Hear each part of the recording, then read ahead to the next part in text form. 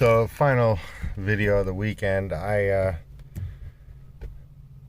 spend my time usually trying to help people, um, not drug addicts and stuff like that, but like homeless people that I can tell are just out there trying to live, and like I'll buy them meals. And there's a old lady that lives in the house that I'm living in, and she ain't got much of anything, so I try to like give her, you know, sweets and stuff like that, and like buy her things every once in a while, take her places.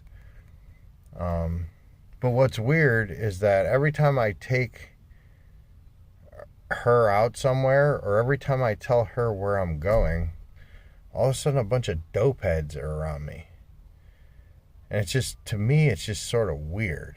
I like, I don't know. Maybe I'm putting, two and two together, and it's not actually equaling four here. I don't know, but it's just weird. Like every time I go to leave the house, she wants to know where I'm going. Um, yeah, I just, and then again, today I said, I'm going to my storage unit, and then I get over there and there's a bunch of fucking crackheads inside the storage unit. The whole, second floor where my storage unit's at smells like dope. And then, on top of it, I like my next door, the person who lives in the room next to me, his name is Wes. I talk about him all the time. This dude, like, his room smells like some kind of chemical all the time. I'm not like, it's some kind of weird, nasty chemical. And it's like the same kind of deal I was like complaining about when I lived in Ohio at 4611 Meister Road. Like a pungent chemical that makes me sick when I sit in my room more than a couple hours at a time and breathe it in. So, he sits there and vapes and acts like that's the problem. And I don't think it's vape, man. I really don't.